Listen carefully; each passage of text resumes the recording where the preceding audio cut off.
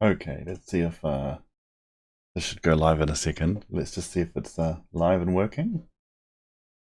Yes, it shows that it's working. That's good. Hello, everyone. I'm back to streaming. I'm Tom Lees. I'm making the Recall Singularity, which is factory spaceships in space. Okay, oh, I can hear myself. Should go live in a second. Let's just see if it's live and working.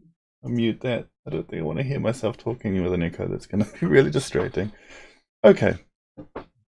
And I better figure out chat. Chat goes here. Okay. Probably need to figure out how to get a chat window up. There should be one around.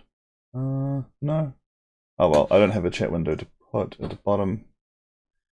Hi in chat. Okay, so in this factory game, let's just have a quick look at where we're at with that. So I can run just the game. It's currently compiled to run standalone, so it doesn't need a server to show you. And I'm thinking that one of the next things I should worry about is it didn't compile, and the reason why is because Godot's holding it. Let's just launch it from Godot. When the Godot editor is open, it holds my DLL, and then I can't compile a new version. Okay, so I've got several ways of compiling this game. Oh, hello, Nishsul. Yay, hi. Thanks for saying hello. Oh, this menu's still floating. I need to fix that. Okay. I've got an interesting screen set up. So it's kind of, oh gosh, everything just flew away. This is my actual monitor, and there's like dead bands on the sides, and then this is my other monitor, so you can kind of get an idea of what else I can see. Anyway, so I need to fix this problem with where this UI doesn't sit at the bottom. In fact, I need to redo the UI. It's very temporary. Anyway, so in the ship debug view, which is what we've currently got, you'll notice there's no person. The ships don't move. I better bring back up my YouTube so you can see the chat. The ships don't move. That stuff. It's just simulating the factory. So now I can create a scoop, which is currently programmed to always create gold. And I can say create a storage point like this, and then create a conveyor that's going to the storage. Right now it's facing the wrong way, so I can rotate that with the R button, and now it's gonna go into the storage, hopefully. Now, one thing about connecting scoops to conveyors is that they try and suck. Hello, Blue. Welcome. Hi. They suck the stock out of whatever's here. So in order for this to work, I need to put a scoop here. I think. Yes. So that's making some gold, and that's going down the conveyor, so I can zoom in. Maybe I'll make this window smaller because that UI floating is really distracting. Okay. So, and that stock is going into this. Interesting. I don't have the selection UI on this, but I can see from the little hover it tells me how much gold is in there. So if we just get the stock out of here, we can refine it into gold and slag. So we'll create a conveyor from here to here, and take out its contents and put that in another storage box like this. So this has currently got a hard-coded recipe that's turning gold into slag and gold ingots, which are these things. I haven't really made very good models for those yet. And it's putting them in here. So there's very small writing you probably can't see that says gold and slag there. So this is the standalone view, and it allows me to simulate just the factory inside a spaceship. So if we just set that aside for a second, and we grab Sea Lion, and I go into the ship. No, actually, this is going to blow up, isn't it? It's not going to work, but we'll try. You know how demos never work when you show them online. I've refactored the UI, and I don't think I've changed the 3D route to use the refactoring yet. Yeah, I haven't. That's not very good.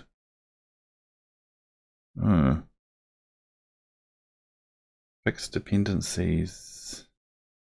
Where did I put cursor place? It seems to be called this now. It's probably that one is for what it means to be. Fixed dependencies, cursor place. I'm just trying to figure out why this old scene doesn't open. Because I've got a different scene that I'm trying to open that describes multiple spaceships. So here I'm in Godot trying to make that work. I've modified my code since I last had it working. Resource, cursor place, path. Where can I find it? Probably in script and UI. No. Oh, it's looking for a scene. Okay. So that would be in UI. No. 3D UI. No. Okay. What did I do with this file? I'm just going to bring up my Git repository and have a look at the things I've changed. So I know this font's really small. It's just my commits, and I just want to see where I changed the UI.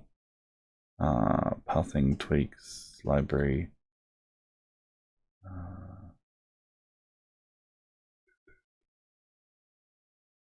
It's nice to have you guys along. Thanks for joining in, by the way, and coming to watch me struggle to fix things I've broken.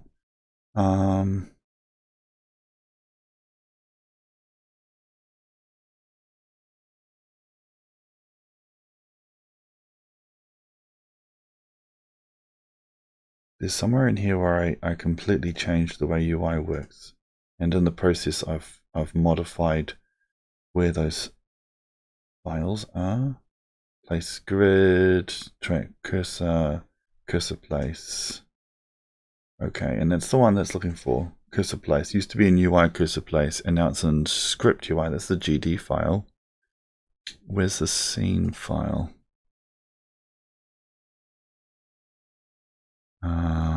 Placement grid. I think I decided to remove that. That's probably what happened. Yeah.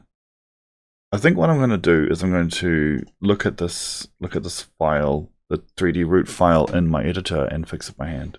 So, oh, I can't open it with this one. Let's open VS Code. Video code. So here it is.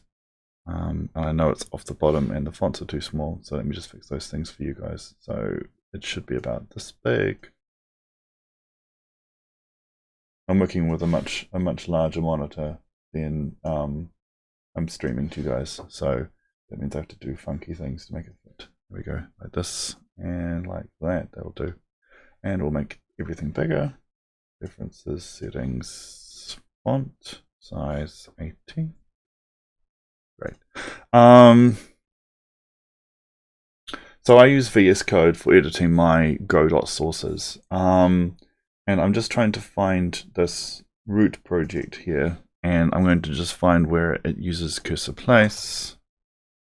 Yeah, we're going to have to fix a bunch of stuff, I think, with this, because I've changed the way I do the UI around that. So ID 31.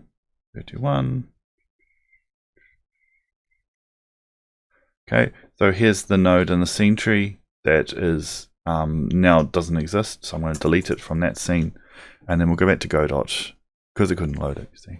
So we'll go back to Godot and try and open it again. So here it is. Here's my basic grassy scene with ships, and this UI child that you see here has been restructured. So I want to delete that node entirely, and then add instance a child scene. The one we want, I think, is the UI dot tscn. Is that going to be here? I think that's the right one. I'll just check that that's, yep. So we've got a whole new UI scene tree, and we'll just jump back into 3D root and try and run this scene. And we'll probably get some, no, okay, ship call. Wow, okay, I'm surprised that worked. Excellent. So this is, when we're using this ship root scene,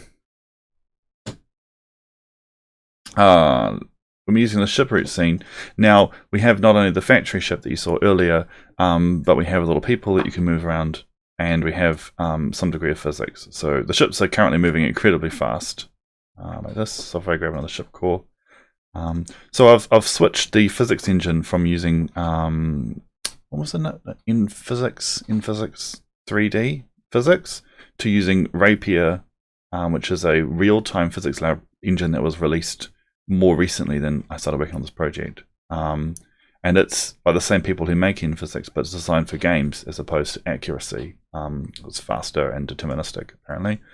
And it's 2D. I haven't re-implemented a bunch of stuff. So I haven't re-implemented collisions. I'll put those in again soon. I haven't, so I need to tell the engine where the collisions are for the ship. I haven't re-implemented like picking stuff up and scoops and so on, but other things like I showed you demonstrated before, so I can build a factory in here with the storage, and as I mentioned, it's creating simulated gold all the time. The stream's current bitrate is lower than the recommended bitrate. We recommend that you increase the stream's bitrate. Okay. That's an interesting warning. It means you guys can't see what I'm doing. Settings, stream. Probably can't change my bitrate in the middle of streaming.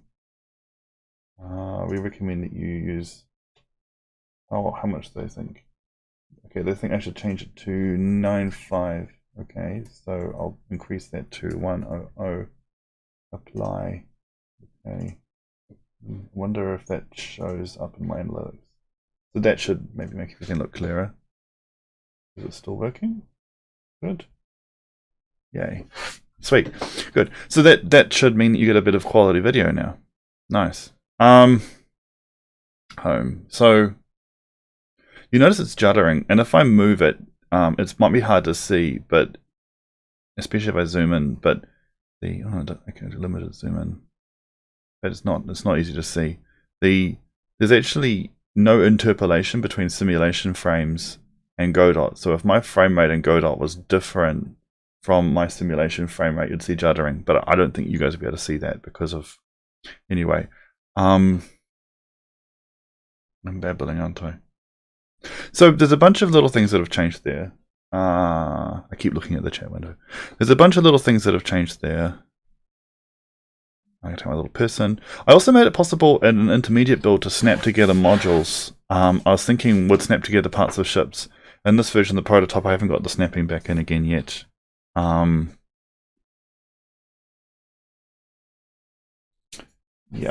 So what to do? I wanted to start storing the last few positions of a ship. I wanted to add animations to conveyors. So if you look at this conveyor here, you'll notice that the chunks of gold are moving in steps down the conveyor. And this is exactly how they're being simulated in the game. I can see the juddering now that I'm zooming in, by the way. These chunks are simulated down the conveyor, but I know where they're going, and I should be able to render them as if they're moving continuously and never stopping. If I just calculate exactly how much time has passed since the simulation frame and move the chunks along. So maybe we should have a go doing that. So I'll get rid of this. So if I run this, if I look at this code here and commit, I should be able to commit a change that fixes the problem with the UI.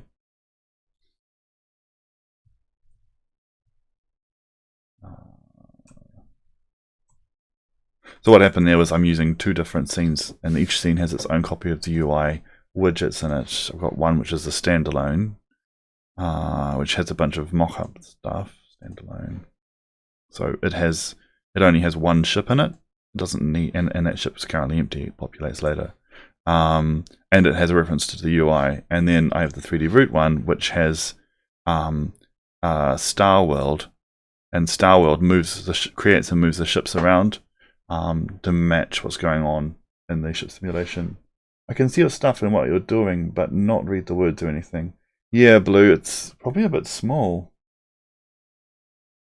The solution might involve changing the resolution of the screen. I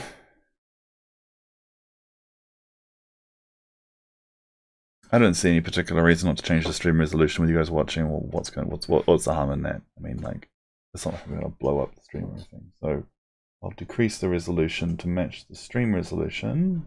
Keep. Oh, that's terrible. Let's try that one. Okay. Keep. Oh, that's a very square screen. I'm not sure what you can see. It's probably going to be. Oh yeah, that looks okay in the stream. What other resolution could I use? There's a widescreen one, which is a real mutant. Okay, that looks really, really weird. But, a much, much lower resolution. Changes. I want a resolution that's widescreen like my monitor. Changes. What's that like? Then if I take this and wonder if I can somehow set the properties so that it's automatically full screen. Scale.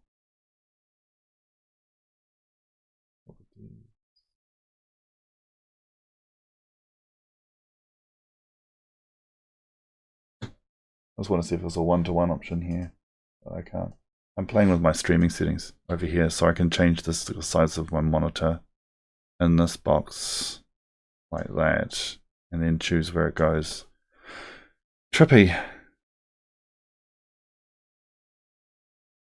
Yeah, Blue, I think it's a pretty common problem. It's like, anyway, we'll see if that makes your life better, and if it does, we'll stick with that. I wonder if I need to change the resolution of the whole stream. Anyway, I said it was a test stream.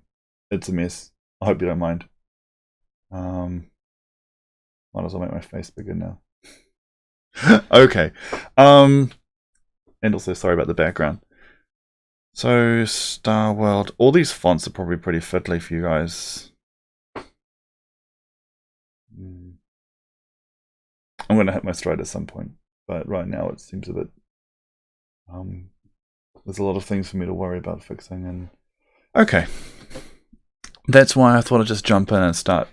So 3D Root, so I'm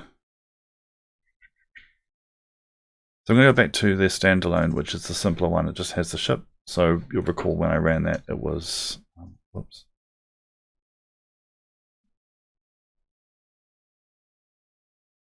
It was just a simple factory. I can build a floor, and there's no, I can zoom in and move, but there's no physics involved. It's just a factory.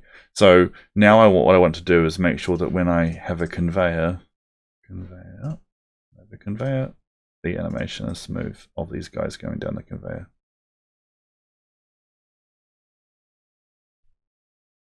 So let's have a go at this.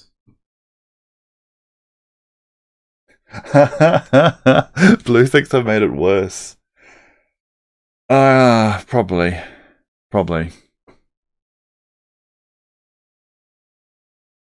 Yeah.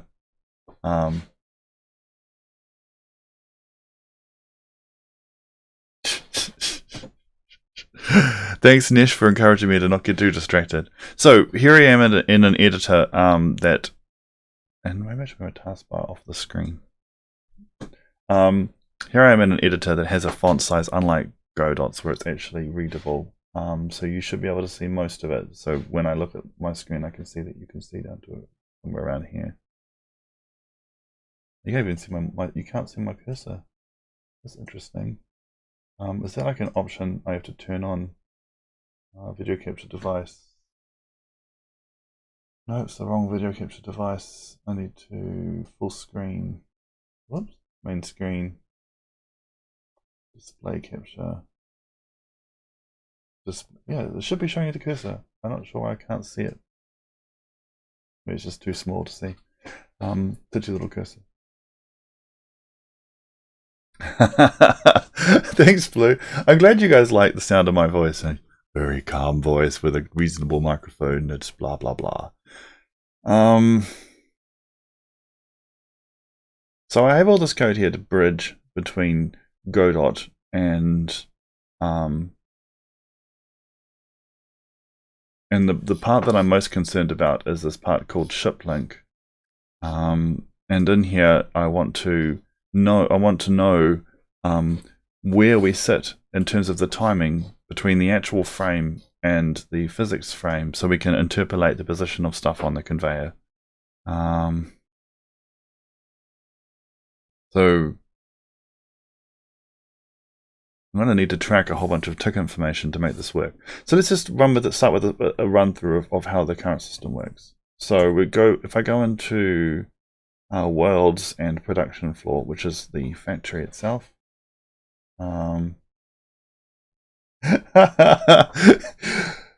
I hope that when you hear me sing, it doesn't make it any worse than it currently is. Or, you know, start playing a guitar on stream. Can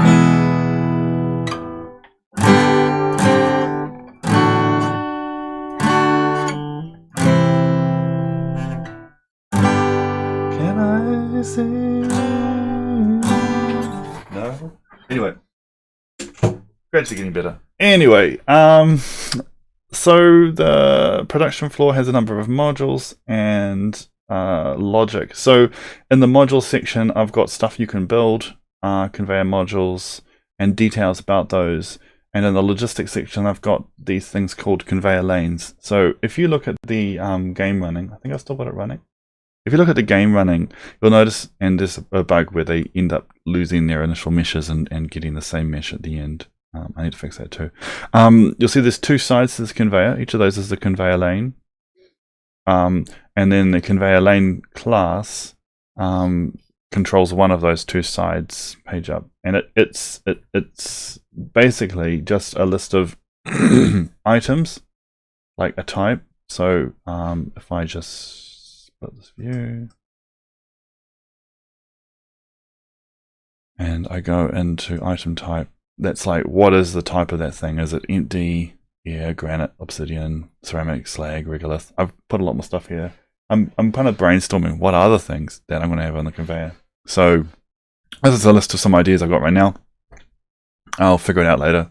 Steel, water, locks, liquid, hydrogen, steam, oxygen, actual hydrogen, components, fiberglass, blank PCBs.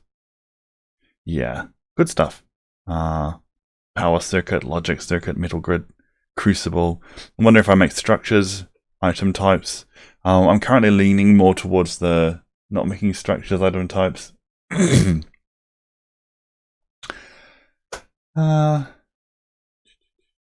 So it has a bunch of items, and it has a bunch of. It also has this thing called empty space. And with the item types and quantities, it should be able to know how to lay the conveyor out. So it starts at the destination and it moves back down the conveyor.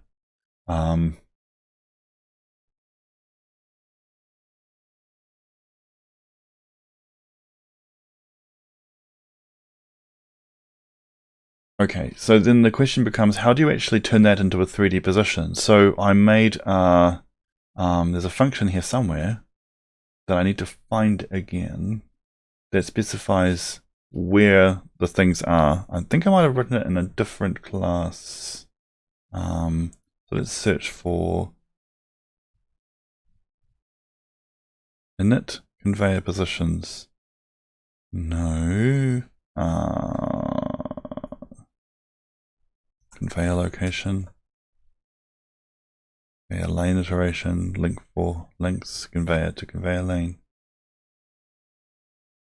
Advanced conveyor lane. Just going to do the old scroll through my code until I can spot it. Advanced conveyor, flow forward. I'm just giving someone who's going to step through this later on and copy my code line for line eventually, right? Store into dist, collect from source, add other on end. Yeah.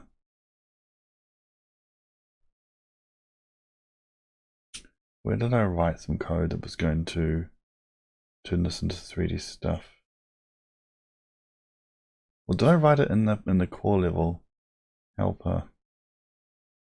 I had a mesh placer, and the mesh placer is what gets called to place these guys. I'm going to work through the code from the start. This is for making grids, I think.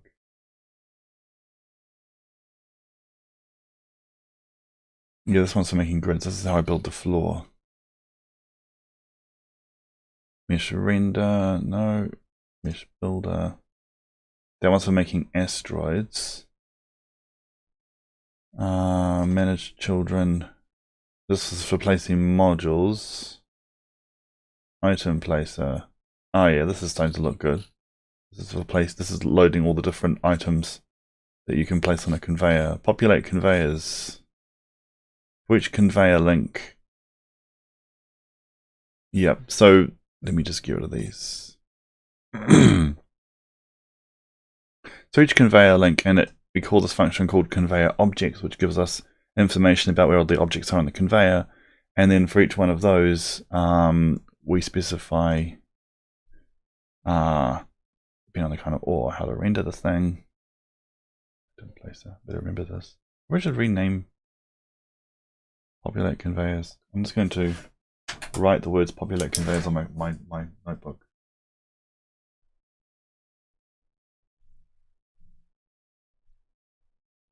Because I'm never going to watch my own YouTube video to remind myself of this. So anyways, populate conveyors. ID, rotation, model base. Yep. So the stuff you see here is so that we can kind of randomize each item which is on the conveyor based on something called the ID. The ID is supposed to stay the same as an object travels down a conveyor generally. So then in that way, the ID specifies that the little rocks look different. So that's my trick to make the different rocks. And it could possibly be useful later when I'm animating to track where the rocks go as they travel down the conveyor.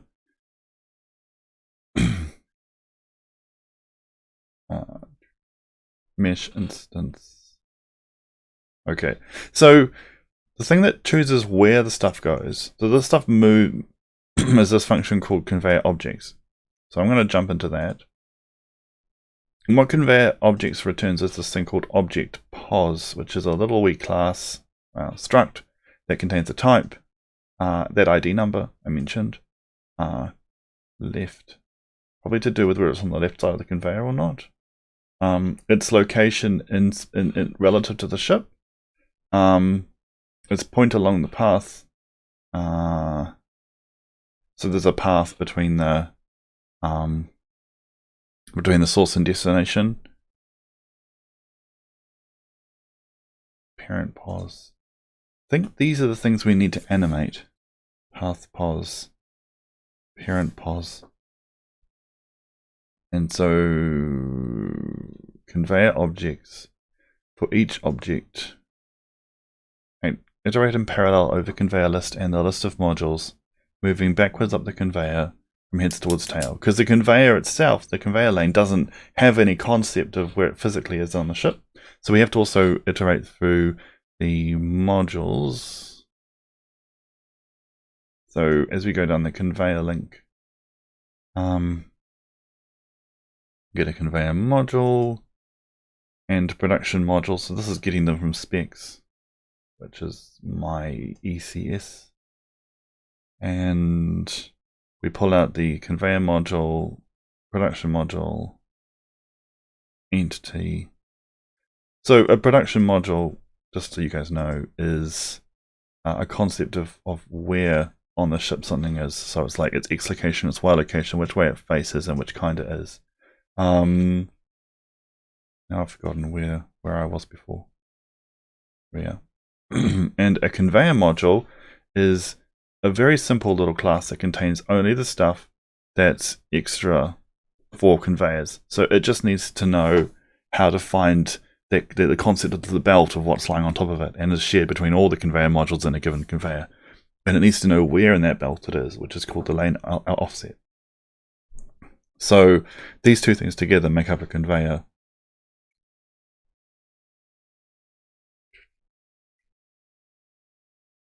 Okay, so now I render conveyors to module using the left iterator and the right iterator. I'm starting to remember this. Yeah. So for as we go down the conveyor, we find each individual module, and then we ask each one to place the ores and so forth on top of it.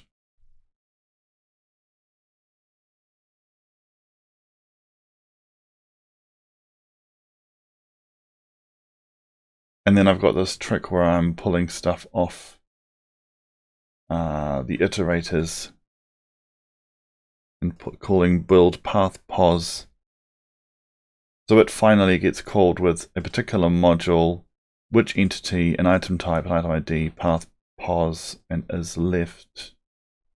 So whether it's the left side of the conveyor or not. And it's trying to calculate where on the conveyor that thing is. Offset X, offset Y.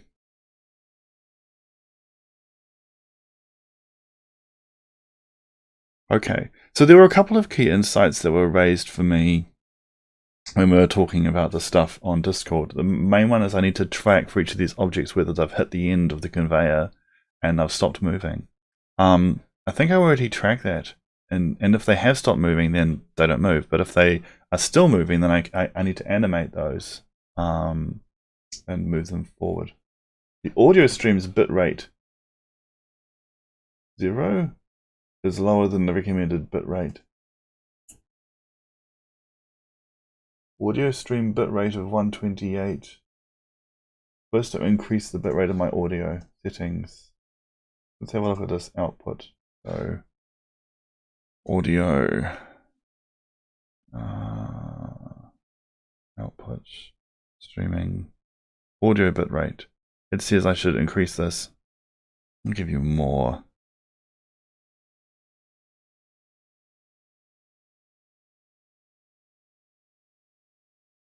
The streaming audio bitrate will be set to 160. I'm going to turn off enforce streaming service bitrate limits. Apply. So now my voice should be even more sultry than it was before. Okay. We shall see if that's any better. It makes, apparently now it's excellent connection, and not just a good connection, but an excellent connection. That's nice to know. It's like a little display. Oh, now it's complaining again. Oh well. We'll see if it suggests it later, and if it does, then I'll fix it again. I don't know why it says my bitrate is 0. Build path pos. I want to know if this is at the end of the conveyor. I think that there's a close other tabs. I think there's a already tracking that in conveyor lane. I track how much of the conveyor lane is stationary. Items, quantities, item ID, use slots, full offsets. Yeah, the high tide mark offset below which there is no space. And now it's really happy. Stream health is excellent, it says. Full offset. So if the current position in the conveyor is less than the full offset, then those things aren't moving. So I can put in this object pos class, I can add another boolean which is stationary. Well, that means I don't animate it forward, and I can determine that station. Is there a constructor for this? Yes. So I need to add this here. Left. I need to add stationary here, and stationary. So I'm going to set that true for the part of the conveyor. So if I look at this conveyor here and I add a storage on the end, all this forward part here, so at the moment none of the conveyor is stationary, right? But if I go and delete a module, well, the whole thing is now stationary. How can I explain this again? So if I get a scoop and I get a conveyor like this, we'll go up this way like that, right? So you see how these are all moving, right? And so nothing is stationary right now. But then they hit the end. There's other chunks that are still moving. They are not stationary. The ones that have hit the end are now stationary. And so all the ones that are marked with a boolean of not stationary, see how they change the moment they touch? That's the bug. So because they there's also a lane crossing problem on corners I need to fix. I'm going to fix all these logic problems soon enough. It's going to be very nice. I think the ones come down the other side and they cross as well. Yeah, there we go. So these two on this corner direction, those two are around the wrong way.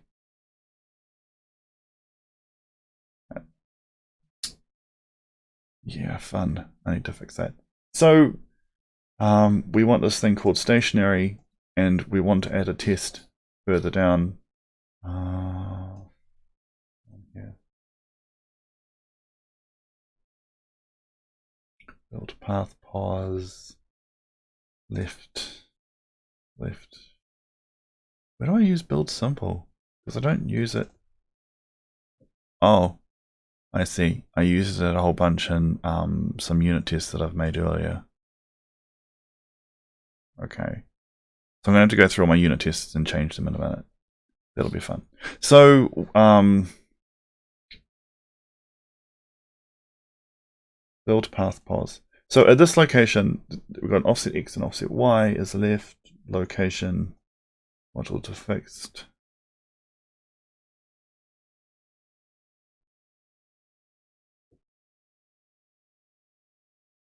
Okay, so the one that calls this, we have a conveyor lane iter.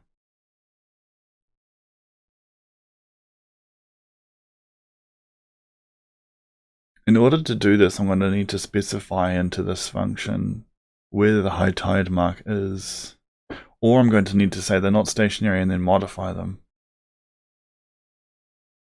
I'm just trying to figure out if I want to pass another argument into this function here.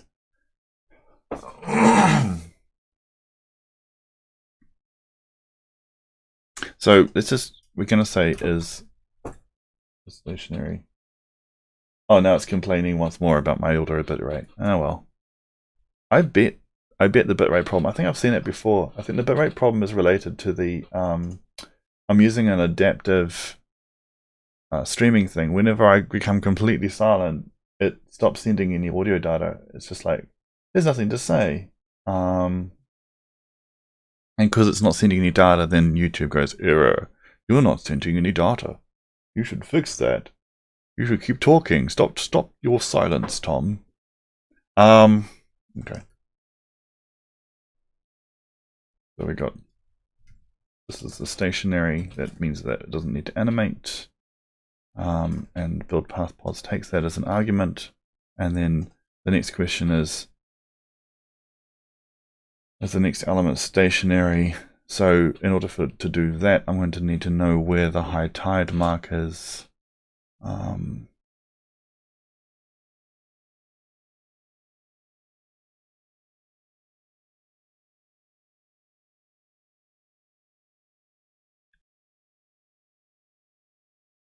So I have to add 2 more arguments to this, which are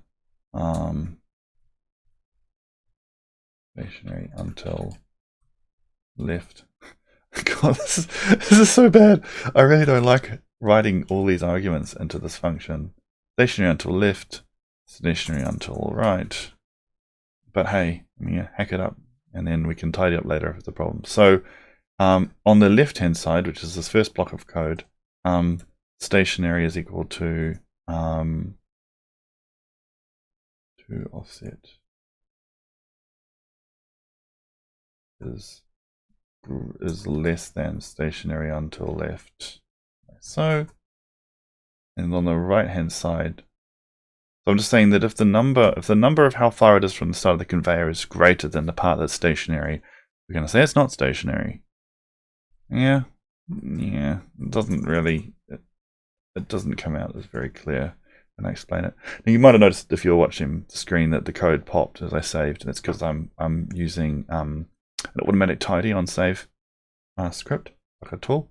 So everything's always tidy. So I don't even think about how I format my code much beyond maybe Warishing it didn't collapse quite so soon, or it collapsed differently, but whatever. 2 offset is less than stationary until right, stationary until left. So we need to find where we call render to module. Now there's a new function here. So we've got conveyor link dot left into iterator and conveyor link dot right into iterator. But before that, we need to know what the high tide marks are. So let until left equal conveyor link dot left dot, and it was going to be what's the name of that variable? full offset. So up until the point of the full offset, everything is stationary. After that, now is full offset. I think full offset is counted in slots. Current offset, no, it seems to be counted because it's using this idea of an offset, which is, you know, a slot is, oh, sorry about that. A slot is something that's all the same, like an empty gap or a bunch of steel, right? And so I might have one slot that has 20 items in it. And so after that slot, I'm on slot 1 rather than 0, and the offset is now 20. So I just want to make sure that I'm thinking about that 20, not the 0, because it's a 20 kind of number that I'm caring about in the other code. The offset number, and it does seem to be using this variable called current offset, which is how I always track that. Yes, see? So it's adding the quantity in here. So full offset is exactly what I want already. I don't do any more processing. So, and why is it complaining? It's private. Okay, so have I written a getter function? Okay, so I'm going to write a get function for this. Call it stationary until turning an I32, and what it returns is self, and it needs a self here, self dot full offset, and we'll do another one, and we'll call this one full offset, and because they're both the same thing. And then in rendering, we'll call the stationary until function, and we'll do the same thing for right. To call the right version of that. Now, I had to call them here above line 60 because these are actually copying out of conveyor link. I bet that once I make this iterator here, conveyor lane.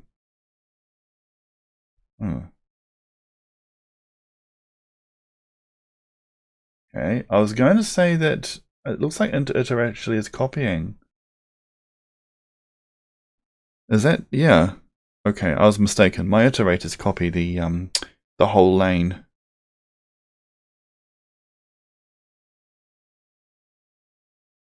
That makes me think that maybe the iterators already know how long it's stationary for, but the thing that they do is they copy the whole lane and then they destroy it, and so they happen to have a full offset as they go along, but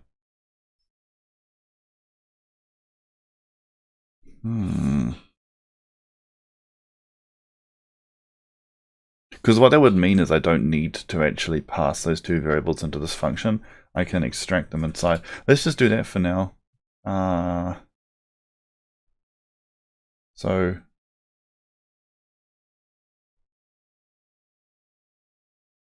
in here I've got left iter, and right iter. I can get those booleans here. I don't need to pass. I can get those values here. I don't need to pass them in because my iteratable function. Magic. I've written code for a long time. Like Elvish. We can tide it later. Yeah, totally. Nash, I agree. You have to keep things tidy. Later. Don't need to tidy it now. Okay, stationary until left, stationary until right. Great. So I'm confident this will work. So let's just go to, but it's not going to animate yet because we're not using the Boolean, but we're just going to go into this code that is these tests that will now fail. In fact, all the places that will now fail have little red bars on the right. So these are, why is that different? Because I don't think I've changed that function declaration. Yeah, what's it trying to tell me?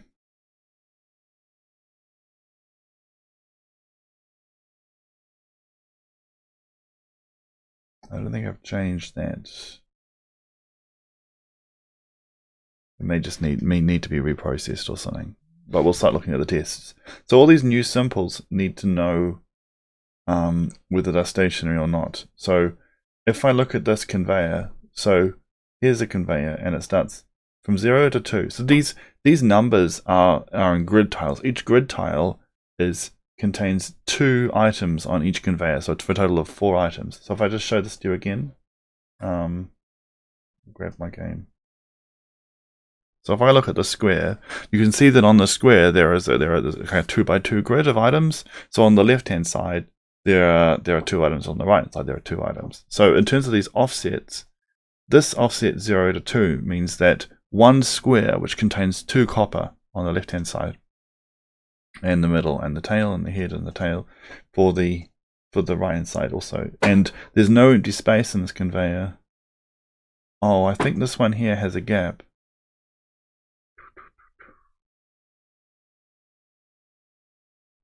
Note gap before, right?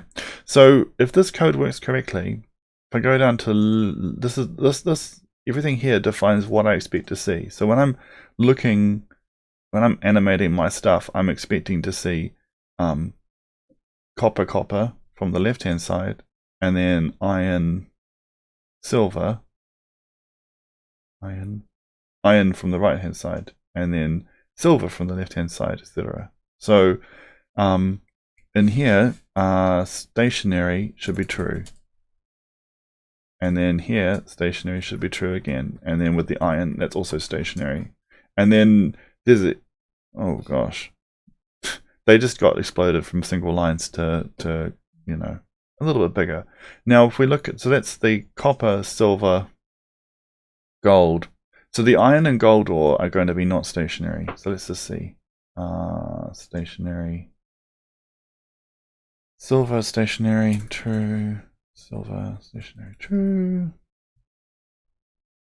Gold should be stationary because I said before iron and gold ore are not stationary. So this gold ore is not stationary. And this gold ore is not stationary. I'm not sure where the iron is. Here's iron. That should not be stationary. And the reason why is if you look up here where iron is declared on the right hand side, oh no, the iron is stationary, my mistake. True. The gold ore is added at step 4, but the iron ends at 2, so there must be a gap. And because it's a gap, it means the gold ore is now moving. Okay, so that's that test sorted, and then go down a little bit. We have to determine what's stationary here as well.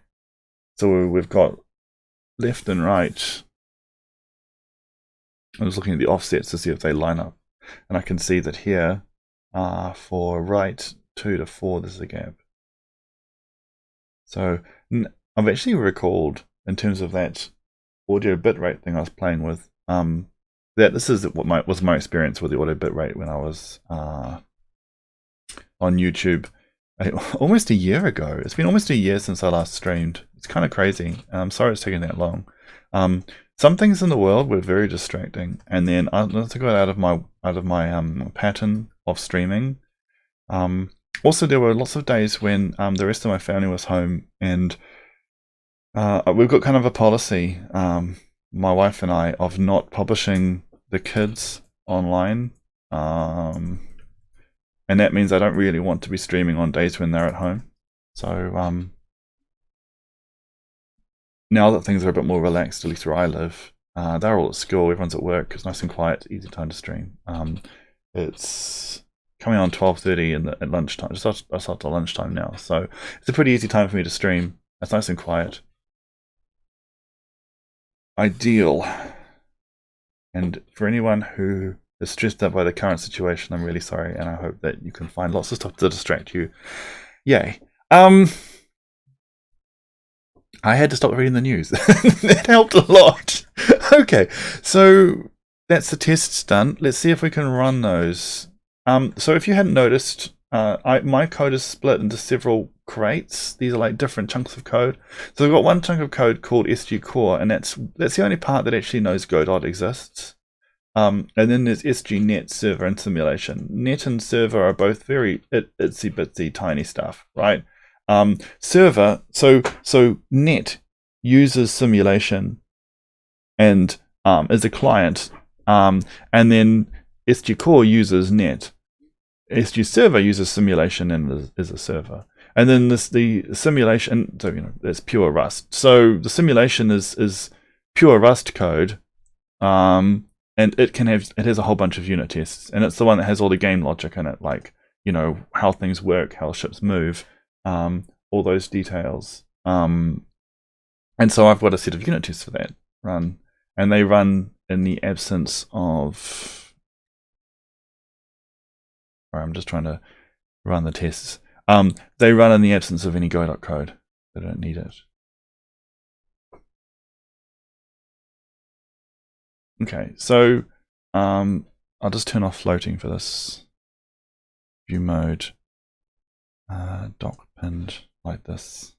So it's at the bottom. I imagine that it's partially blocked by my ugly face. No, beautiful face. No, I don't know what it is. Anyway, so it's partially blocked by me. But suffice to say, there's an error here. So it's telling me that I need to fix.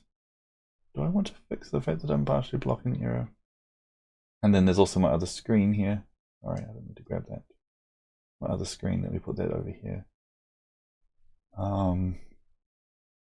In fact, let's just hide my other screen for now. So this one. I think. Okay, great. So we've got this.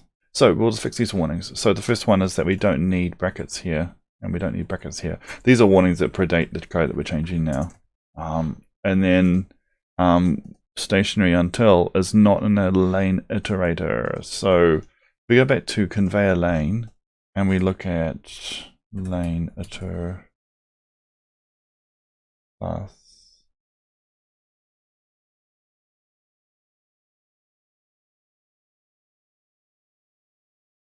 Okay, so a conveyor lane iter actually does have a reference to a conveyor lane. And then it moves through the lane containing its state.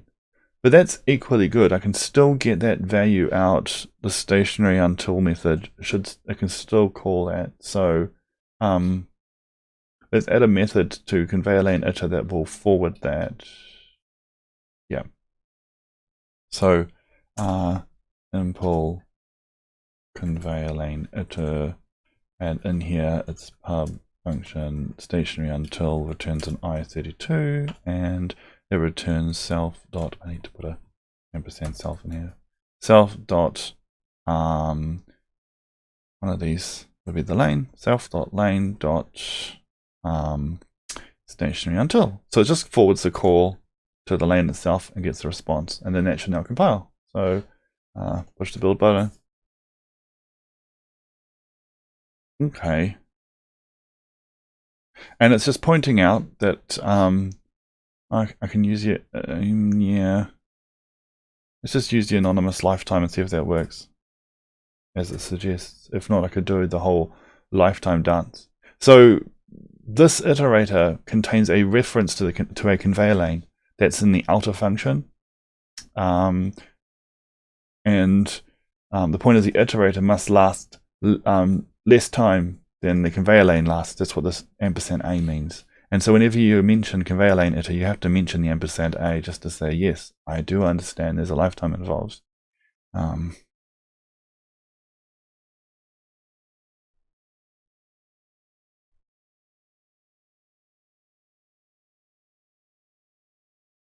My computer's fan is going, woo, it's doing a lot of thinking. Great. Okay, so the tests have compiled. Let's run them. Run tests. And probably we'll discover. Now there's a few tests that still fail. For instance, collect cloud, where I pick stuff off outer space, is failing because I haven't implemented the physics for that yet. Again. The scooping debris is not working. The spawning debris is not working because you can't hit stuff with bullets. But the one I'm most interested in, oh, this is interesting.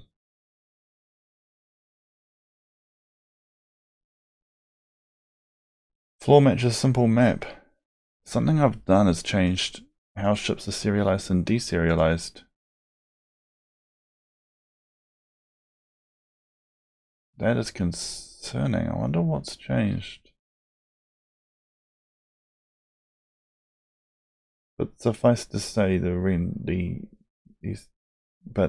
it's hard to see what the difference is. Yeah. Let's have a look at this one specific test. Let's jump to that. So in this test, I have this network data and I come up with this pattern. Yeah, but on this one, the conveyors are facing a different way than they were in the pattern. I know what's wrong. So the problem here is that the golden data that you've got here in these buffers, I've changed how I represent facings, so they now face a different direction. So I'm going to have to rebuild. In fact, if I look at this, I've got a deserialized standard ship and a serialized standard ship. So if I go into the serialized standard ship, production floor, D ship, serialized ship. So what we should find here is that the serialized ship, yep, serialized standard ship, it's different. So if we look at this, there's some bytes here, the 2 and the 3, 0 and 0, they've changed into these new values here. So let's look at the code. So this is something that when I was coding the rotation of modules for the path placement stuff, I realized that the way I was representing left, right, up and down, in terms of numbers, I was going left was 0, right was 1, up was 2, down was 3. But then I realized it would make a lot more sense if I went right, down, left, up, because that way they're in order of turning 90 degrees clockwise from a leftward position, which is a pretty natural way to treat them in 2D space looking down. And so I made that change in terms of my facing type. Yeah, I changed this order, right, down, left, up. Yeah, oh, it's not left, down, whatever. Anyway, right, down, left, up is the order we're in. And these numbers. And as I've changed these numbers, I've also changed how the network code works, which means I've changed this reference string, and here we go. So that reference string on the right should be the correct serialization. So I'll just dump it in here, splat. And that's the standard ship. So when I go to deserialize the standard ship, I need to make sure that I have the same code here. Let's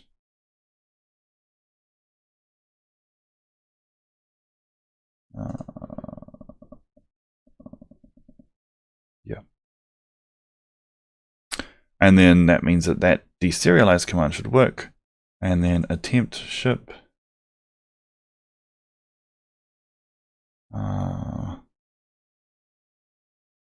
Wonder why. Oh yes, this simple ship chunk here will also need to change. I wonder if I've got serialize conveyor block. That's the conveyor block, and again the directions that are here.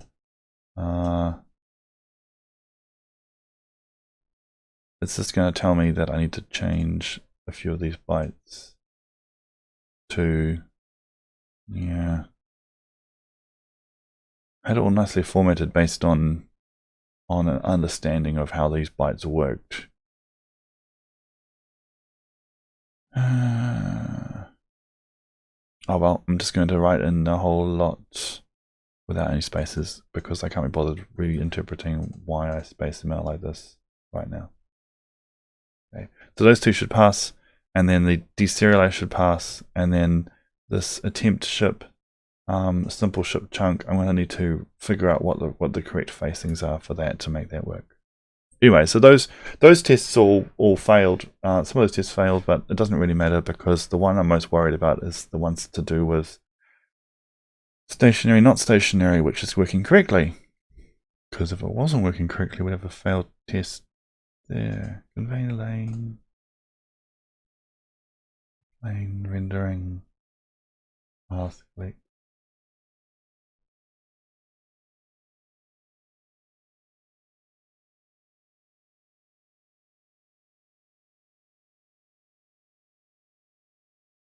I just wanted to remind myself what the name is of that class, that test suite that I've changed. Have a look at what I've changed so far. And I've got, that was like a note to myself about the animation. And then we've got stationary tracking here. And we fixed this test, which is in rendering. Okay, so if we go into the rendering class, and then my question to myself is, my unit tests down here, did they pass? And yeah, they did. If you look, there's a little green play button here. That passed. So it must have got the stationary correct. Otherwise, that test would have failed. And I mean, one useful way to check that is to actually make it fail. But I can't be bothered. Okay. So we've got these numbers out. So the path position, parent position, its location in X and Y, whether it's stationary,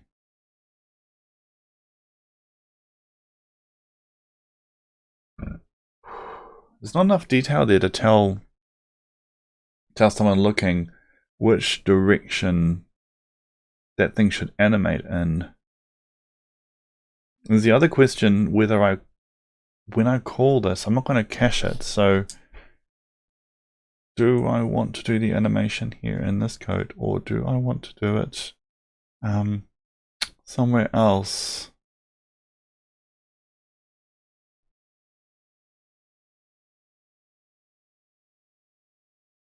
Offset X, offset Y, and then we get the modules location, and we rotate the whole thing. Okay, so I think I made a decision here that we yeah, like it says in this brackets, when I'm calculating their locations, I'm assuming they're always moving to the right, and then a little bit further down, whatever position I come up with, I rotate the modules the objects locations at the last moment. So this is stationary full.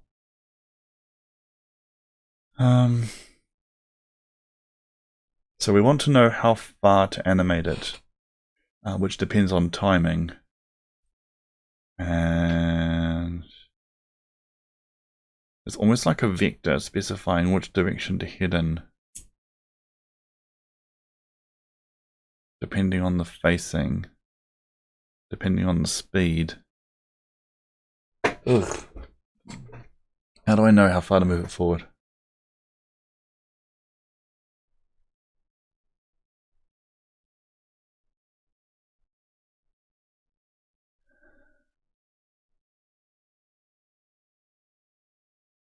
Parent pause.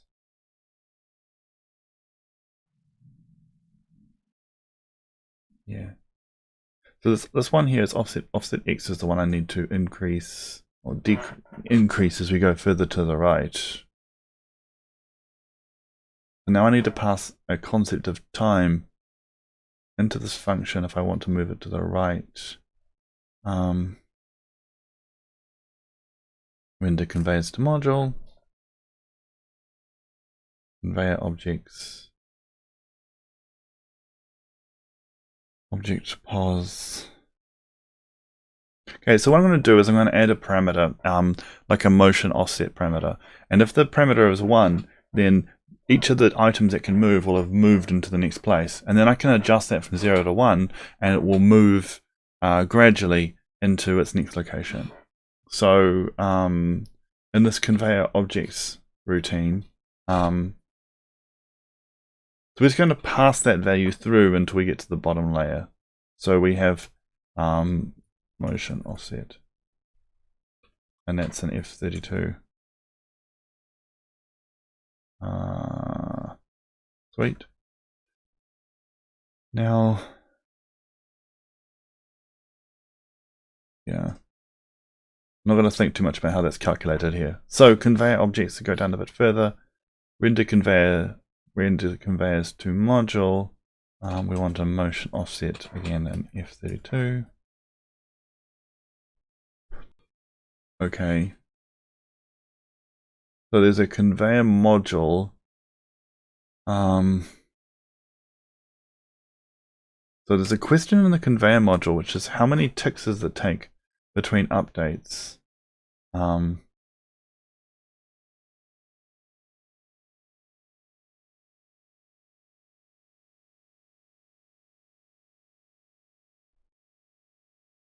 And so for any item that's on that conveyor module, it's going to take longer to start moving faster.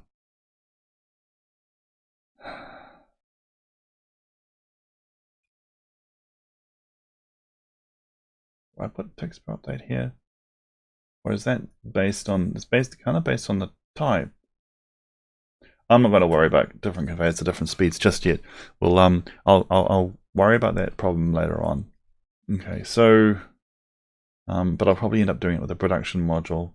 So in here, I might just whip up a to-do. So to-do adjust speed and or position using the production module.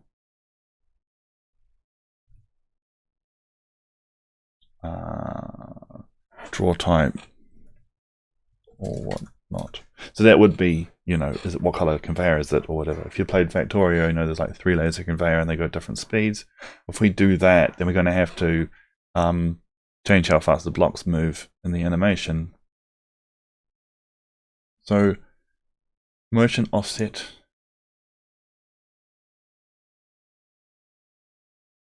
And then when we go into this function here, build path pos, I want to know the motion offset as an F32. And the location X. So we're subtracting the parent position. And then so what we're going to do is we're going to add the motion offset. And I think in this situation, 0.5 is how far it moves in total. Because when it moves to the next slot, it's moved 0.5 in the units of this, where each square is 1, but we fit 2 items per square, so that's 0.5. So offset X is, and then it'll transform the rotation down here to point the right direction. So I need to pass the motion offset parameter into each of these. And then there's a second call down here, which is for the right hand side.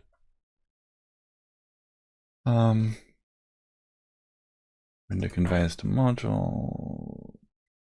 We need a motion offset here. So then the question is, how far along are we? I think I just once again pass in this value, motion offset. And down here, motion offset. Now there was one other thing, which was if it's stationary, we don't want to move it. So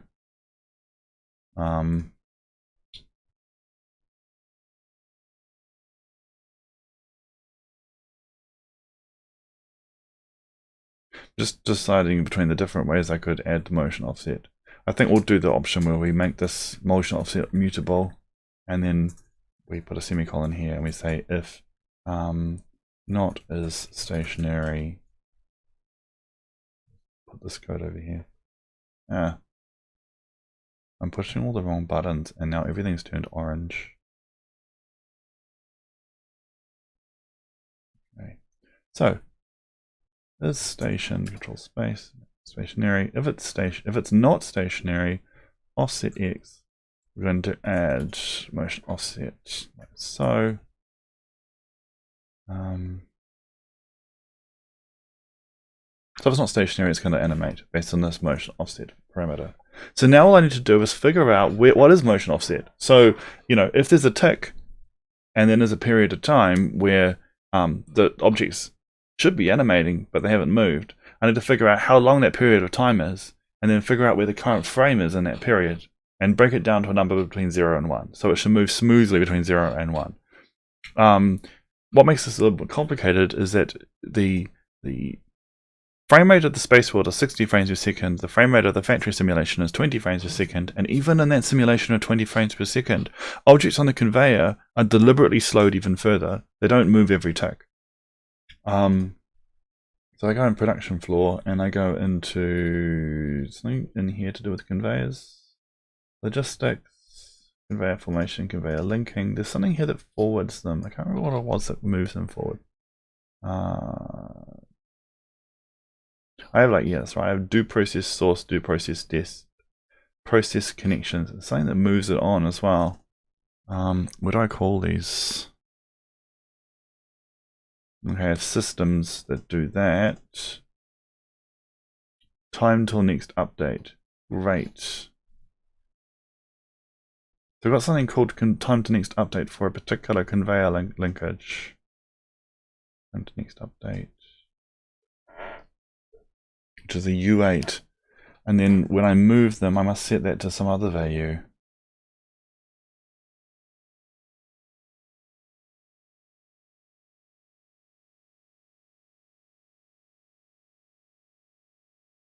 Okay, so in this particular piece of code here, I've defined that a conveyor updates every 6 ticks. But what I'd rather is that we know what that is for a particular conveyor linking.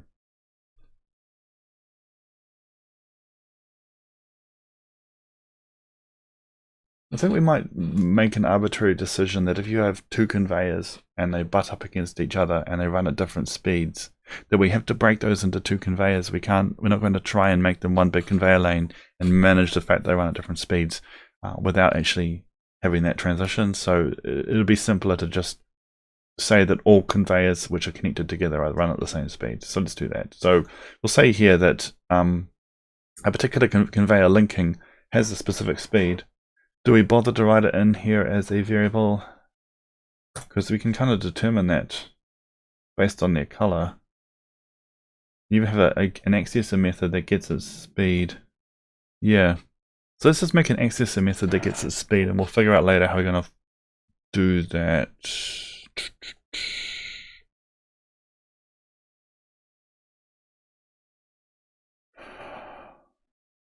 No. Okay. I can't think of any other way to inject the data in here that I like. So I'm just going to say text to move, right, which is a U8. U8. Ticks to move. So that's how many ticks does it take before something moves from position 0 to position 1 to position 2. That sort of thing.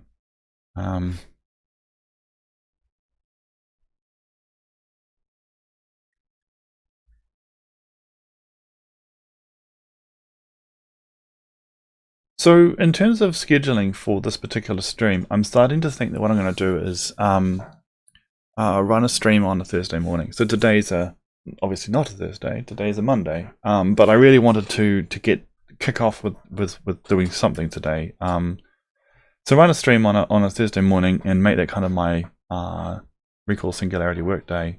Today I've actually will be doing a few other things, so we'll just plug on through this for a little while, and then I will, yes, it's going to be good. I'm going to head off, but it's a long way away. I don't know why I even mentioned it. Okay, so let's grab this code, pop it up here, ticks to move. So this is how many ticks does it take for this conveyor to move forward. I've got this thing here where if it's in test mode, it moves hyper fast. Every single tick it moves. If it's not in test mode, it takes 6 ticks to move, which is in the conveyor linking class. And it's public right now, so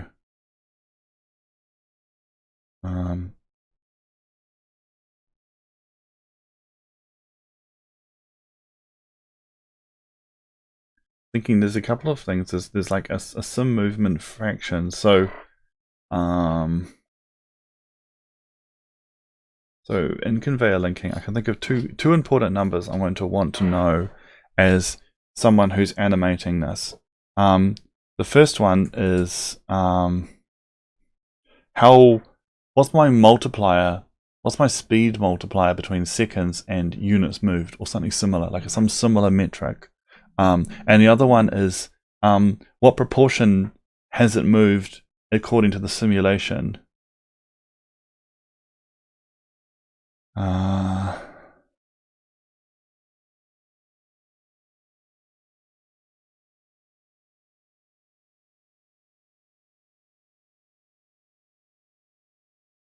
So what's the sim? So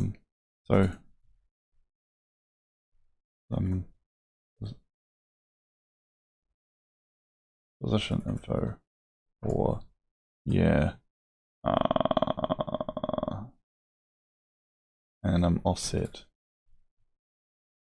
I'm thinking of 2 numbers I'm going to want to know. So let's say it returns 2 F32s, F32, F32. Okay, so the numbers I can think of it wants to know is the proportion from 0 to 1, according to the simulation at 20 frames per second. How far have these rocks moved forward, or whatever? And then the next question is, next simulation tick, how far will they move forward as a fraction? So that means as you move between simulation ticks, you have a multiplier to work with. So the first number is self dot, and it's this time till next update to next update, right? So we need to calculate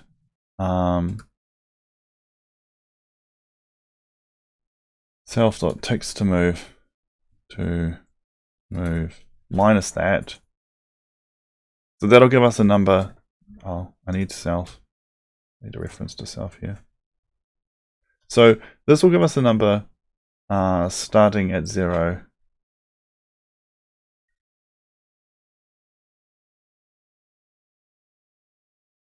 So because time to next update starts off as like 6, for instance, and it counts down 5, 4, 3, 2, 1, and then it goes back to 6.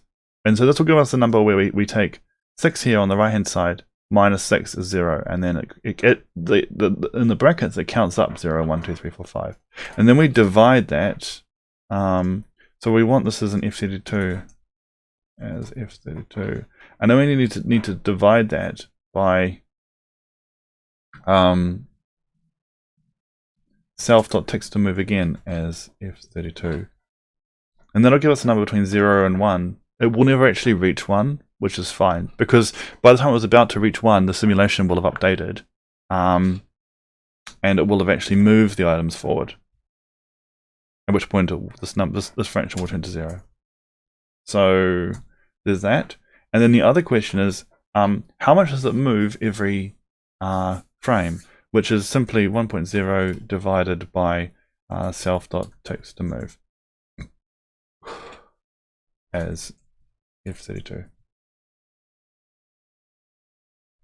Sorry about any burping or whatever. If it comes out on the microphone. I talk so much, and then I have all these kind of other problems that I get from talking, a dry throat, burping, etc.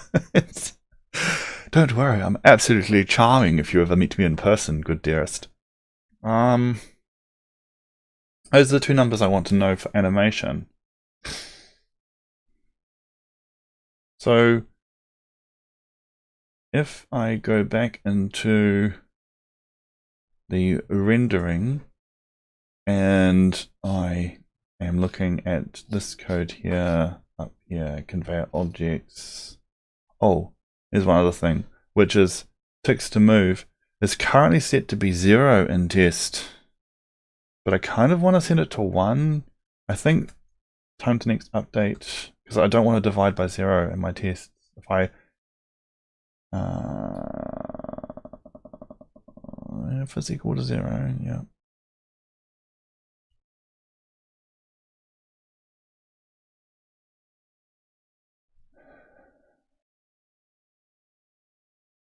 I see. So here I need to write self.ticks. What's the config variable called? Ticks to move. So here I'm not returning this if statement anymore. I'm returning ticks to move. But I'm also not returning. I'm going to put -1 here. Oh, I don't want a semicolon. And then that gets saved into conveyor linking.time till next update, because that's the way this if statement works. So that's where it gets saved over. Time to next update a U8? Yep, okay. And that means that ticks to move 0 doesn't make sense anymore. I can put 1 here, L7, because I've added that -1 in the other code. And then that way I'm avoiding my divide by 0. Because if you were paying attention to that maths I wrote before, and then position, and I'm offset. I had a divide by here that divides by ticks to move, and another one here, And if I divide by those, I think I get nan. So, in Godot I use divide by delta for smooth movement. Yeah, in my case, I'm using the physics process to, which is running at 60 frames per second, to move the simulation, which is running at 20 frames per second. By the time it gets back to Godot's actual normal frame rendering, I need to figure out how much time has passed since the conveyor moved, and I can't really use delta for that. It would only make sense if I was using delta to do the simulation every time process. But I can see how, yeah, your way of doing it, Nesh, is definitely the way I do things like animating the cursor and stuff. You may have noticed that the cursor trails after where the mouse cursor is. This cursor here. In fact, there's even a button here that makes it trail even slower, so you can have more fun with it. Right? And so that logic, as well as all the other conveyors, all the other animations like rotating and stuff, that's all done using the delta trick you just discussed. It doesn't settle down when it's facing those ways. I need to fix that. Anyway, so those animations all use delta. So we should be able to start seeing some animation at 60 frames per second short. No, 20 frames. So what we're seeing right now isn't even at 20 frames a second. We're seeing it at that divided by 7. So we're only seeing 2 movements per second in the animation of a conveyor. But in a second, we should be able to see it every 20 frames a second, and I'm going to make it better soon.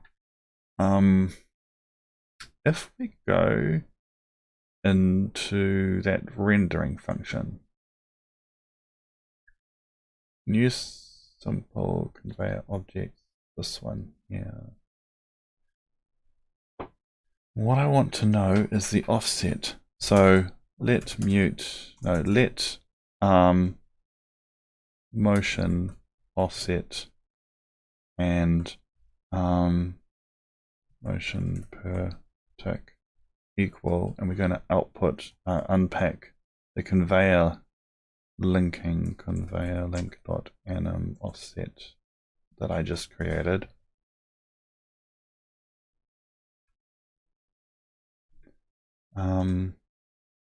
I wonder, so in order to compile this, I'm going to have to quit Godot. So we'll quit that and we'll go back to Godot and we'll quit to project list. Yes. And now that we'll stop holding the DLL that I'm compiling from Rust. And then in here, run, I don't think it'll compile first time because these things usually don't. Build. Where did my build window go? Here we go. So let's just, that wasn't what I wanted to do. Alt tab, no, Alt 1. What's the button? Control tab? Yeah, that's it. I want to see the run window, and I want to move to right bottom, and view mode is dock pinned. Great. So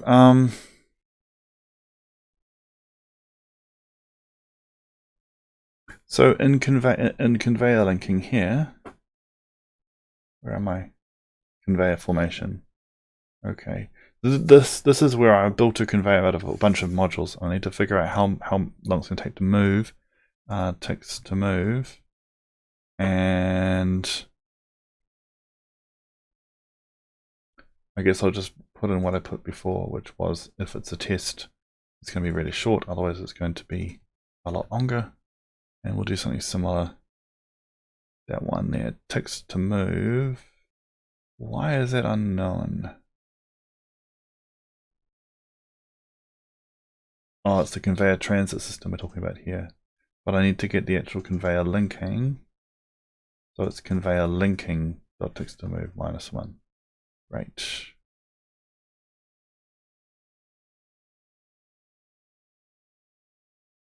Why am I not using this? Oh yes, there's another motion offset required. Between frames. Yeah, I'll worry about that later.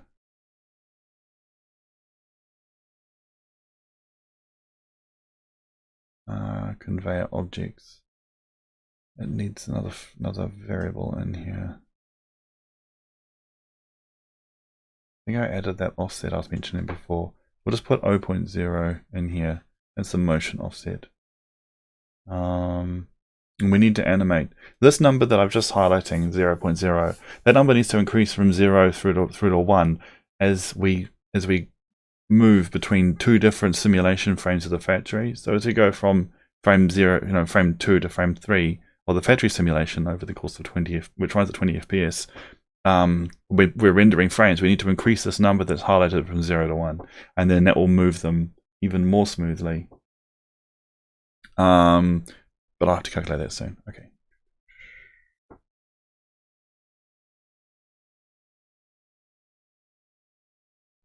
Great, so that compiled. Yep, so down here I've still got my game launching icon. There's an error. Oh, that's not really relevant. Okay. I wonder if it is anything different we can see.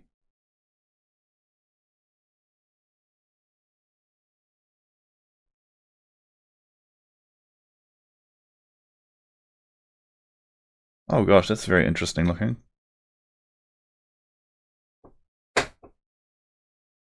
20 frames a second already looks a lot better.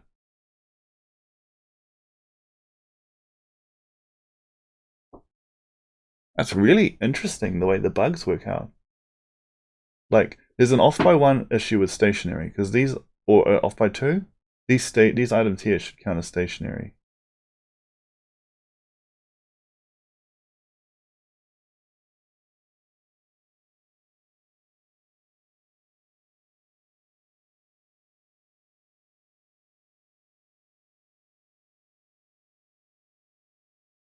Yeah, there's a lot here that haven't counted as stationary. It's really interesting.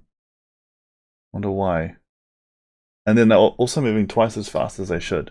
So you guys can probably see how they're kind of moving forward and juddering.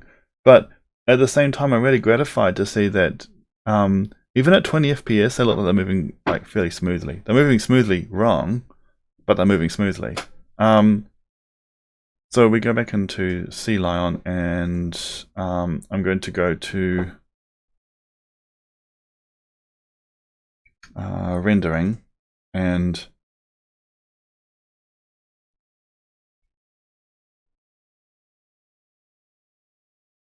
it's my assumption that the problem is this needs to be 0.25 here.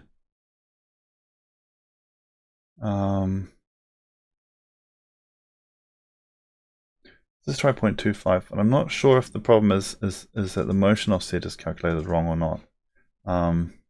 Like maybe doubling it for some reason. Anyway, let's try that. That should solve the problem where they're moving through each other except when they're stationary.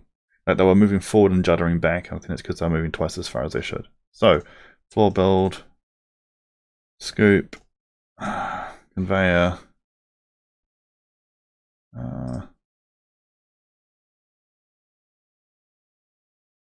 interesting.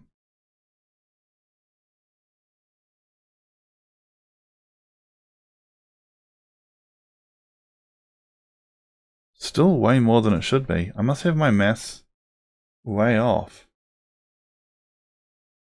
Wonder how I can test that. Understand why that number is so far off from where it should be. What is that number in?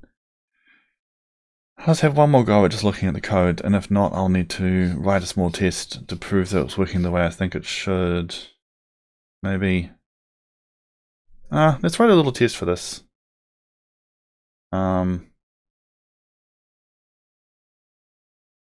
Maybe. Ticks to move minus time to next update divided by ticks to move.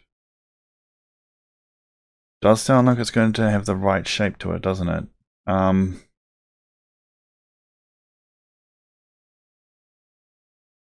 Okay, so let's write a small test for this. So hashtag test.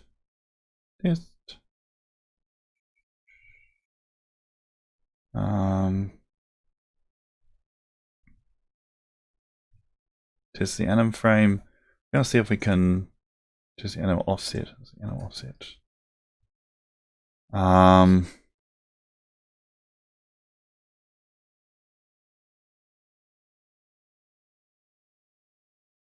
we're going to create a bunch of conveyor linkings, and with the conveyor linkings, we're going to just call this function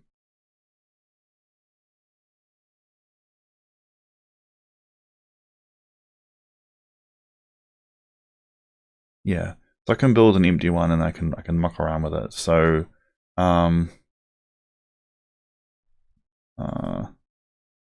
let mute empty lane equal one of these build empty, so it's a conveyor lane build empty, and we're going to say empty lane dot full offset time text. What's it called? Text to move? Yeah, the one. Text to move. And we're going to set that to be 10, a nice easy round number, and then we're going to generate a nice vector we're going to use for testing. So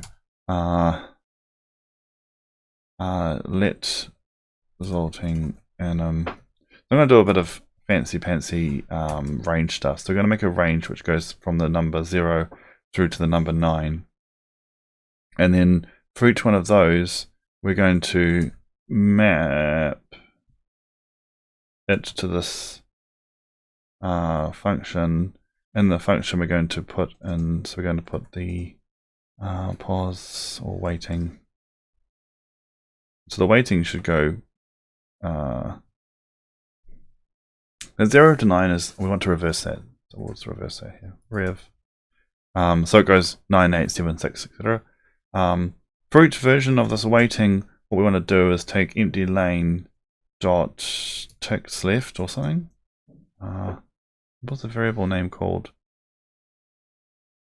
Time till next update. Time to tell. Oh, it's interesting how it doesn't auto suggest this. I'll just copy it.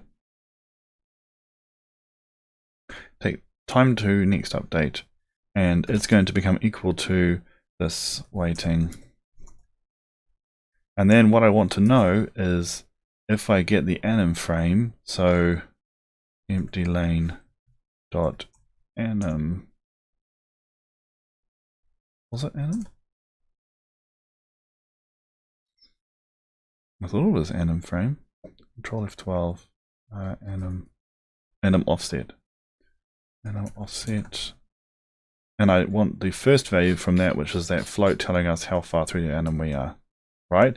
So this map returns that for each one of the values. Nesh, I think it's moving too far.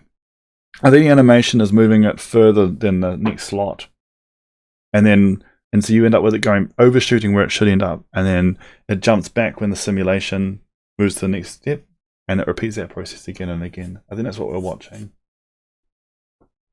Okay, so we create this animation that maps across all of these getting offsets, and then we want to collect that into a vector. And so what we should get out is a vec containing F32s, and then assert equal, and I'm just going to say nothing, and it equals resulting anim. So we should get a nice list of increasing numbers that visibly range from 0 through to almost 1. 0.1, 0.2, 0.3, 0.4 would be what I expect to see. So let's just run this test.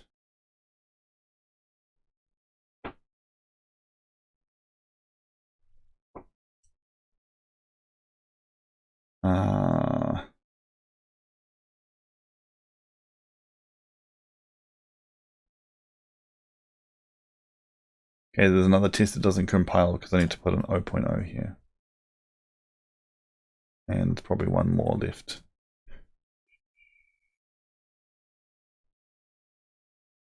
No field text to move on. Oh, did I use conveyor lane? It's a conveyor linkage, isn't it? Conveyor connection. That's why all my suggestions didn't work. Because I was using the wrong type. wanted conveyor connection here.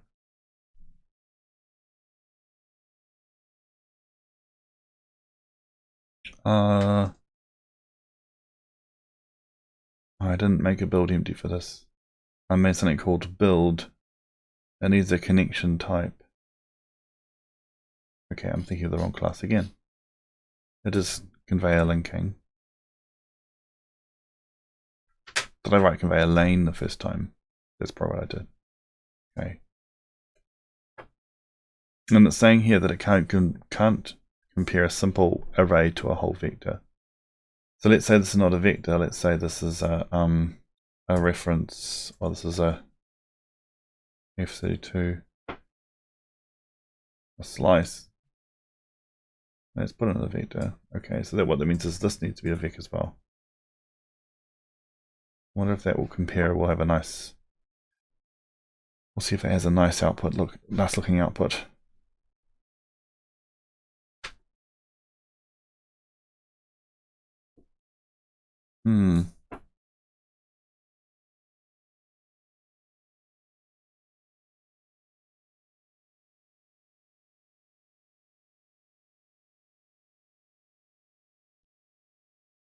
Cannot infer the type for this empty vector 0.0. Let's put a single variable in there.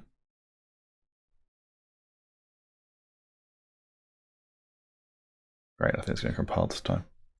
So we wanted to run this single test. Run. Was it running? Great. So yes, we got an output. The output was 0.2, 0.3, 0.4, 0.5, 0.6, 0.7, 0.8, 0.9, 1. So that seems a bit off. Like I wanted it to finish at 1. I wanted to go from 0.1 to 0.9. So it's a little bit off, but I'm not sure if that's because of my test.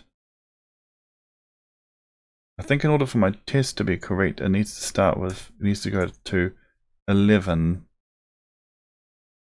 Because it will never reach 11. That's the way ranges work. So it starts at 1 and goes to 11. Then I'll get the numbers I'm expecting to see here. Did I paste? Oh yes. So if we run that again.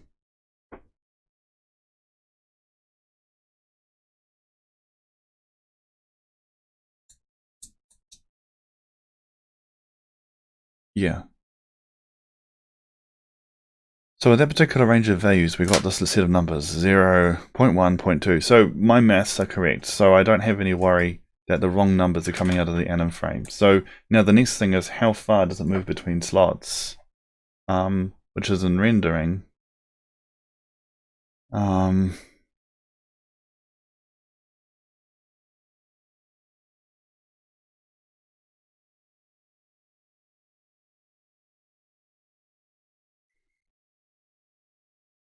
So in here, I'm pretty sure I'm taking that first value. Yep, motion offset is the first value I get out.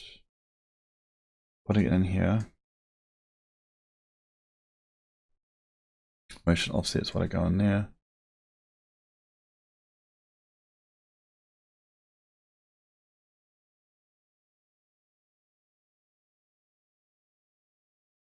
This is stationary is still a bit off.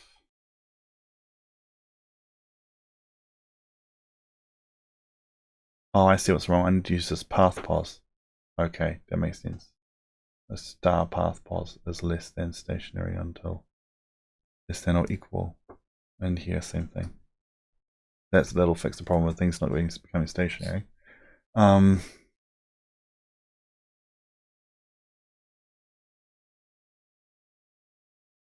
if it's stationary, offset x.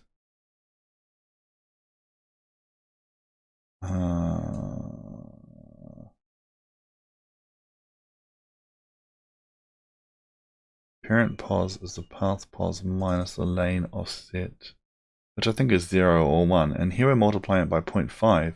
That's why I thought we had to multiply it by 0.5 here. Because I'm thinking how far apart are the slots? They are 0.5 apart in space, right? So If motion offsets between 0 and 1, you'd expect to have to add the same values here. So I'm not sure why you don't. Let's just look at this one more time. I mean, let's just say this is something really ridiculously low, like 0.01. We should see the rocks move just very slightly. Oh, it didn't compile. So run this one more time.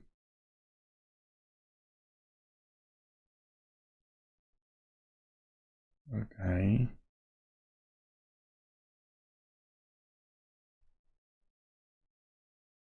Okay, so it's saying that stationary until left needs, in order to compare this, it needs to be a U size as well.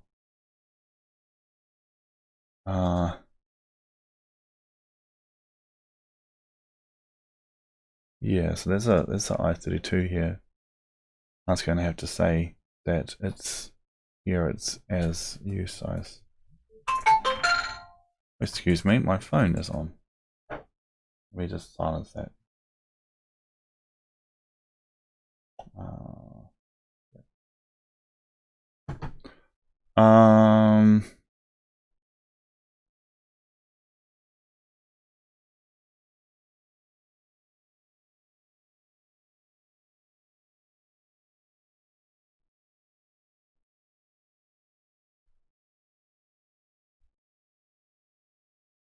So if you've been watching my Twitter, which is Recall Singularity on Twitter, you should have noticed I mentioned that some people in my Discord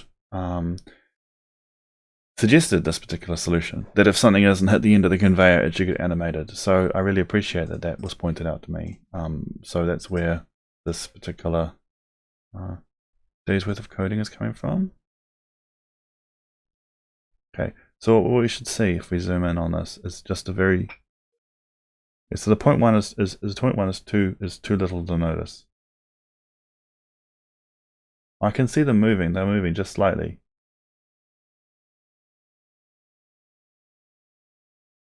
Those two rocks there are wiggling, you can see them.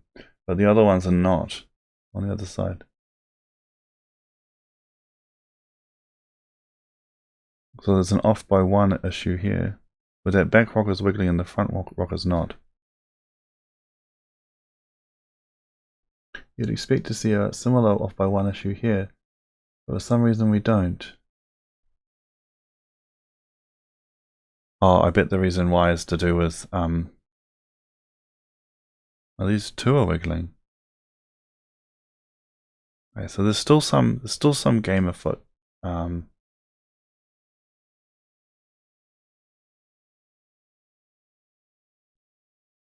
In terms of these values. Stationary until right, left false.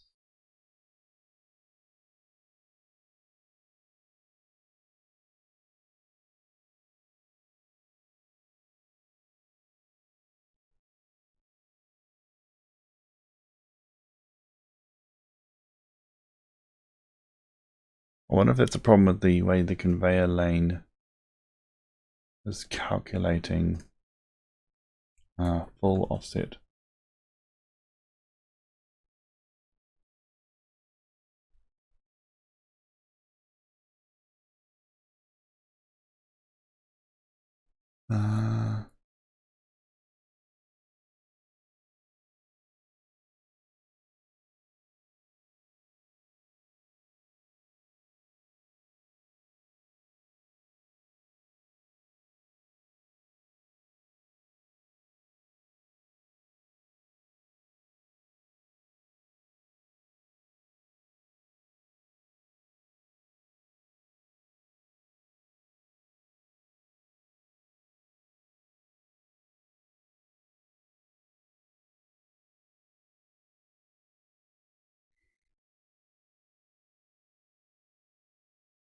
Just studying how we calculate where the conveyors full up to, I think that this code is probably not doing exactly what I think it should be doing, and I need to like worry about that later. And And then the other problem is how far we move the rocks. Let's just tweak that until it works, and then 0.1. Let's try 0.1. I mean, I still think the answer should be 0.5.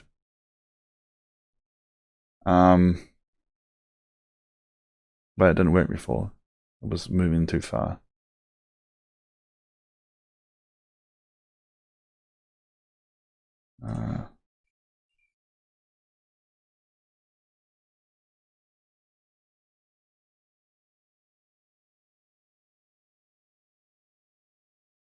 Yeah.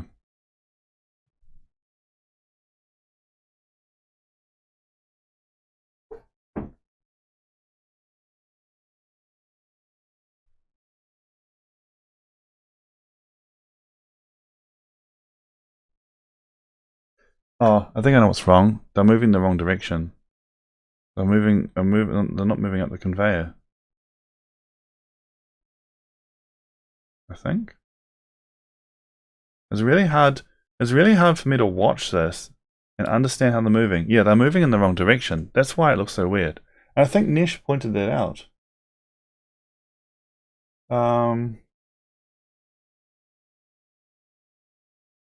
Yeah. But anyway, see how here we subtract parent pods. Maybe here we have to subtract it too. But that's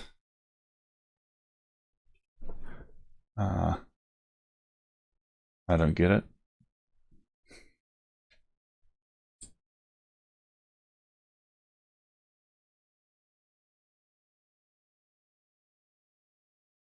If that was the case, I don't understand why that's going that way.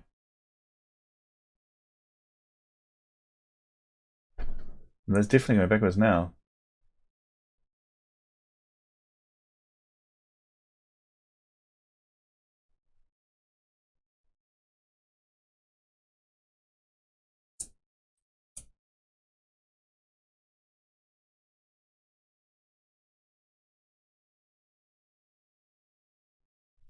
Okay.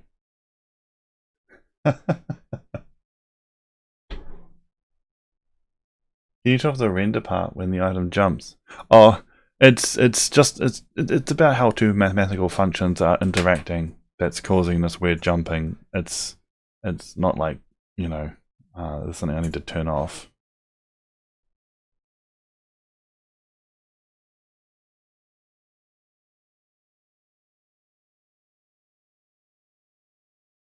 It's an interesting suggestion. I mean, I like your out of the box thinking, but I have to draw a graph of what I'm trying to do to explain why that doesn't quite work.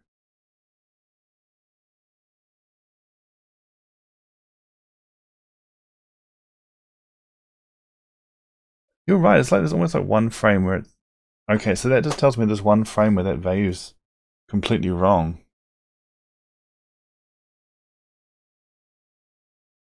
Like if I look at that carefully, I'd say that there's one frame where it renders in the wrong place, and that tells me that that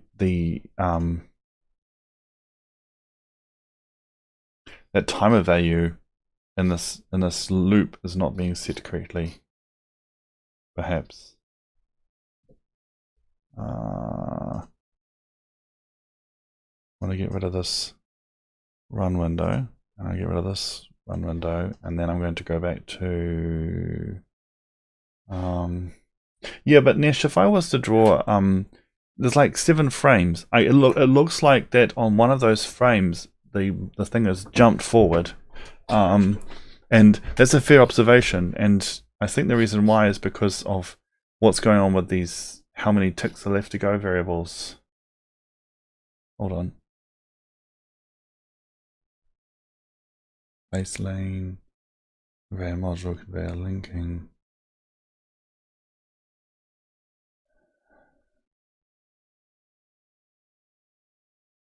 Conveyor formation, here we go. There was that one that moved these ticks to move.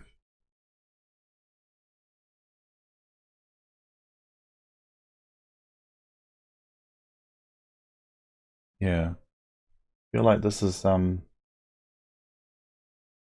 where the problem is. Time to next update.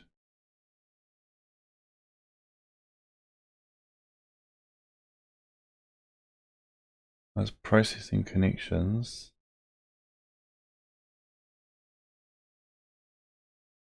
Yeah, I misinterpreted how this is supposed to work.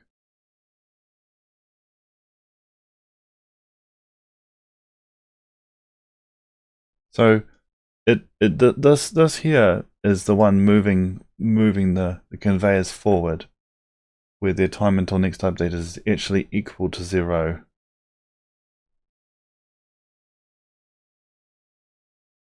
Hold on.